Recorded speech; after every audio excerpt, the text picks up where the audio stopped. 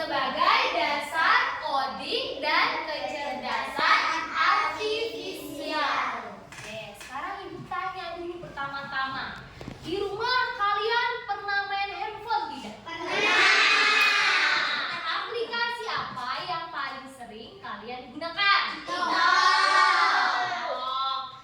nggak kalian misalkan mau pergi ke rumah temannya nih untuk kerja kelompok, terus nggak tahu alamatnya? Nah, nanti temannya kirim seperti Google Maps. Pernah nggak pakai Google Maps? Nah, Google Maps. Atau pernah nggak kalian pakai Google? Nah, terus pernah nggak pakai Cici? Nah, gimana kalau pakai Cici? Gimana? Tinggal mengeluarkan suara, nanti informasi langsung tersedia. Itu contoh dari kecerdasan artifisial, atau dalam bahasa Inggrisnya adalah artificial intelligence. Pernah nggak dengar AI? Nah, jadi AI itu nama lainnya adalah kecerdasan artifisial atau artificial intelligence. Nah, hari ini kita akan membahas tentang berpikir komputasional sebagai dasar coding dan kecerdasan artifisial. Oke, sekarang lanjut ya. Oke, sekarang Ibu akan jelaskan konsep dasar berpikir komputasional. Apa sih berpikir komputasional itu, Rendri? Apa itu berpikir komputasional? Tuh lihat, apa itu berpikir komputasional? Cara menyelesaikan masalah secara sistematis, logis, dan efisien seperti komputer memproses informasi.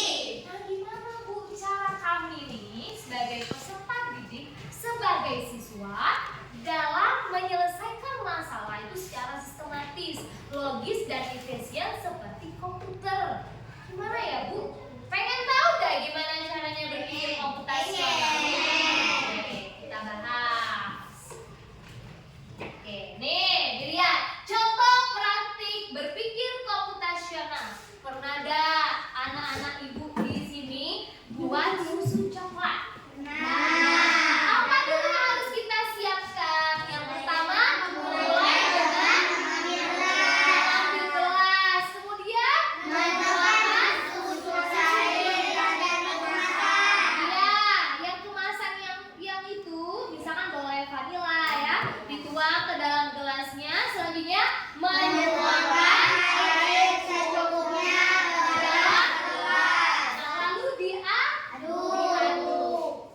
Nah, langkah-langkah itu atau kegiatan di atas merupakan contoh penerapan dalam berpikir komputasional atau menyusun langkah dengan urut supaya hasilnya benar. Nah, itu termasuk dalam berpikir komputasional. Boleh nggak kalau Ibu balik? Aduk dulu, baru setelah itu ngambil gelas. Boleh nggak? Benar nggak urutannya? Salah, akan keliru. Makanya kita harus berlatih dalam berpikir komputasional. Oke, itu contoh dalam berpikir komputasional. Lanjut. Nah, sekarang akan Ibu jelaskan 4 prinsip dalam berpikir komputasional. Yang pertama, dekomposisi. Yang kedua, pengetahuan. Yang ketiga, abstraksi. Yang kelima, atau algoritma. Ya, algoritma. Oke, lanjut. Nah, yang pertama, dekomposisi. Apa itu dekomposisi?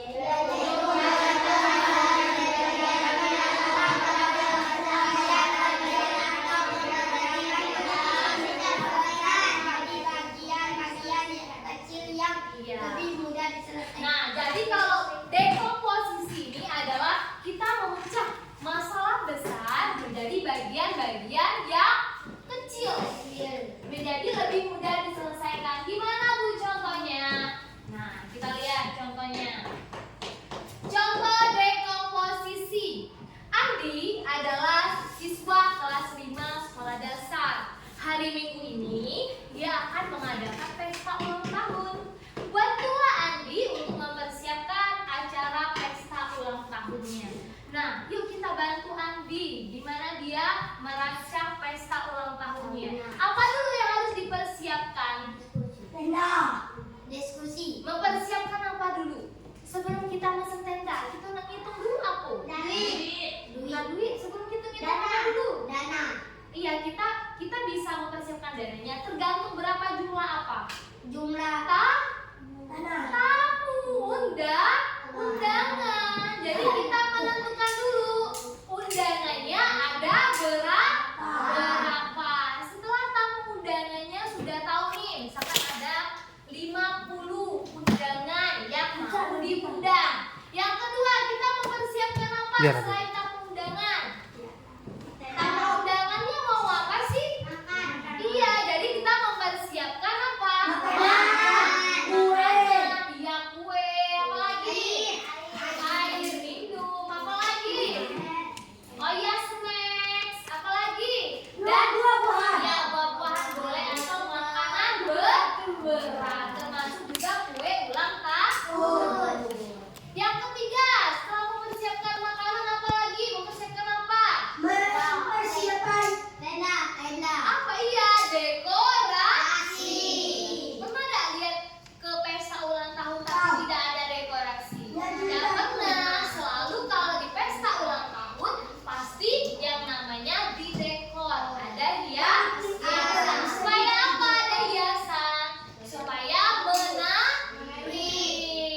Yang terakhir setelah siap nih, tamu undangan sudah, makanan sudah, dekorasi sudah. Membersihkan. Apa? Biar lebih asik pada saat pesta ulang tahun itu ada apa? Ada musik. Ada apa? Ada permainan atau games. Pernah nggak lihat di pesta ulang tahun ada permainan, ada games. Nanti si MC-nya bilang kasih tahu yang bisa jawab atau yang menang dalam games tersebut mendapatkan hadiah. Nah, itu adalah prinsip dekomposisi. Kita memecahkan masalah besar menjadi bagian-bagian yang lebih kecil. Tadi kan pesta ulang tahunnya kayaknya wah ya, suatu acara yang besar. Kita pecah dulu menjadi bagian kecil. Pertama tadi apa? Mempersiapkan tamu undangan. Yang kedua, mempersiapkan makanan. Yang ketiga, mempersiapkan dekorasi. Yang keempat, mempersiapkan permainan. Jadi sudah bisa ya. Nah, ini membuat undangan, menyiapkan makanan, menyiapkan dekorasi, dan menyiapkan permainan. Sekarang, yang tadi prinsip yang pertama dekomposisi. Memecah bagian masalah besar menjadi bagian-bagian kecil. Sekarang prinsip yang kedua yaitu pengenalan pola. Apa sih pengenalan pola? Coba Noren bacakan Noren. Yaitu menemukan keteraturan. Ya, menemukan keteraturan. Tujuannya adalah agar peserta didik dapat melihat kesamaan, keteraturan atau pola yang muncul dari berbagai masalah. Mana Bu contohnya Bu? Bagaimana contoh pengenalan pola? Nah, lihat. Contoh pengenalan pola. Ini pola apa sih? Pola bilangan angka. Bantulah Raisa menentukan bilangan dari pola berikutnya. Kita lihat pola pertama angka berapa? Pola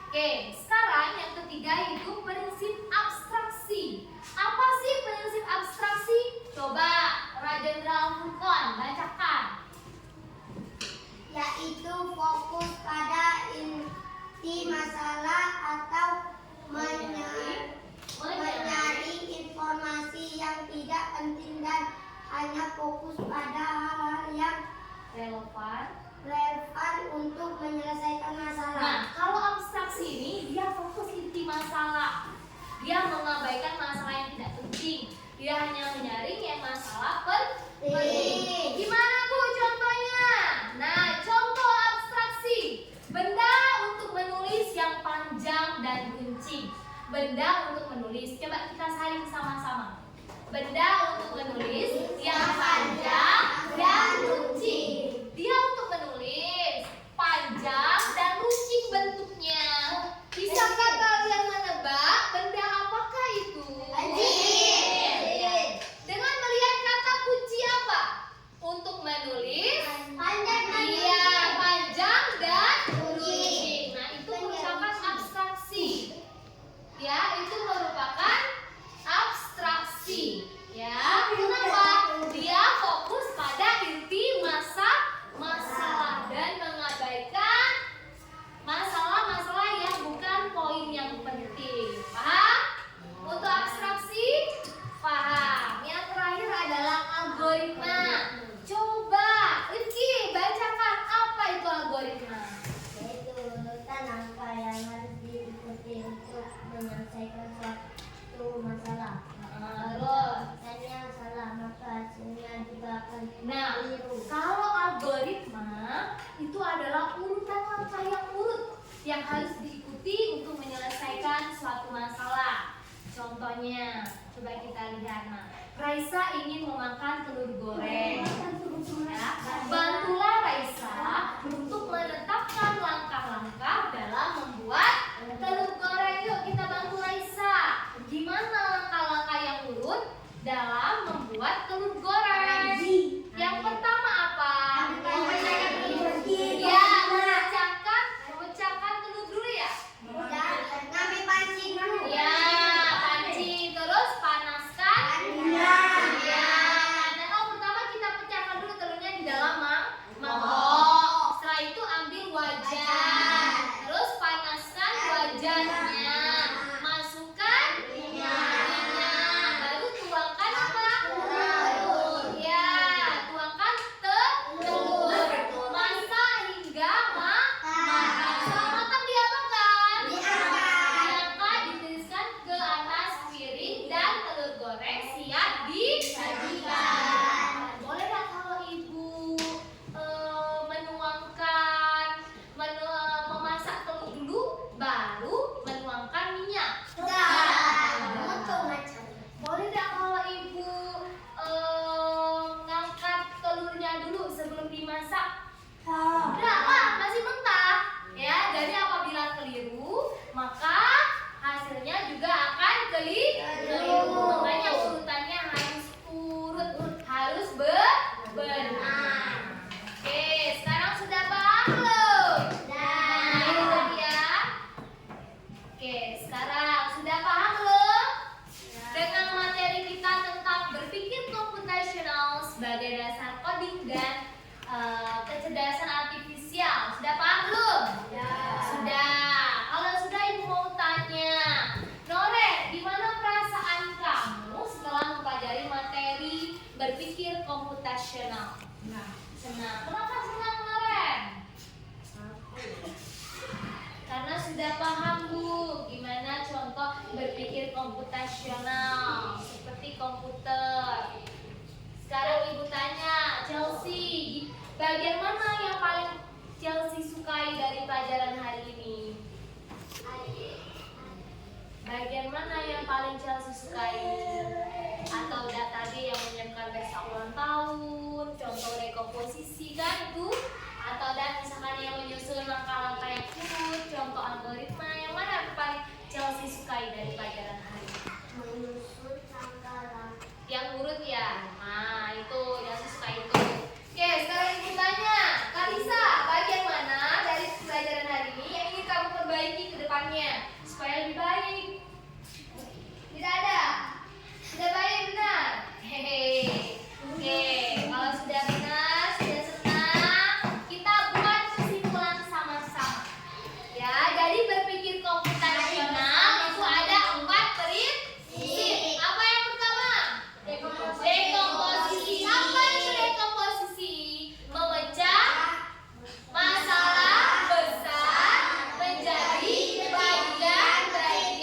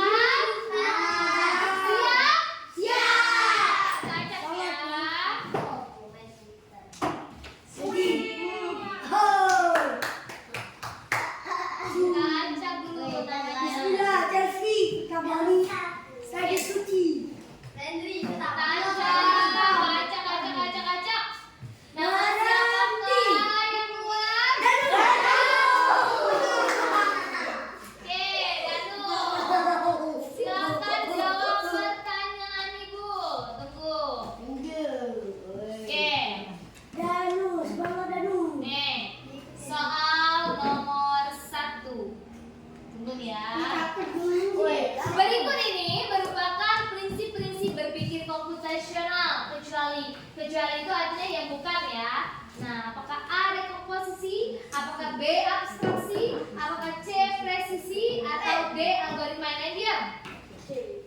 Benar tak presisi? Benar. Oke, Iya, mantap. betul. Oke, lanjut ya. Soal kedua. Kita spin dulu namanya.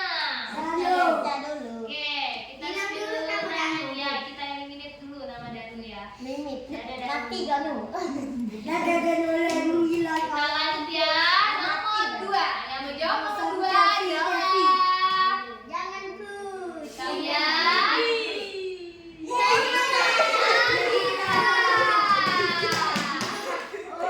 Oke, Nagita. Jawab pertanyaan nomor 2. Nih ya. Apa itu? Memecah masalah besar menjadi bagian-bagian kecil merupakan prinsip apa sih Nagita? Apa itu? B itu apa? Dekomposisi. Kalian Betul.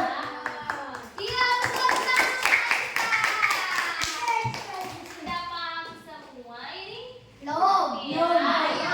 Belum paham. Masih semangat? Masih. Oke, kita lihat ini dulu nama Nagita. Dadah, Nagita sudah menghilang. Dadah. Oke, kita lanjut ya untuk nomor 3.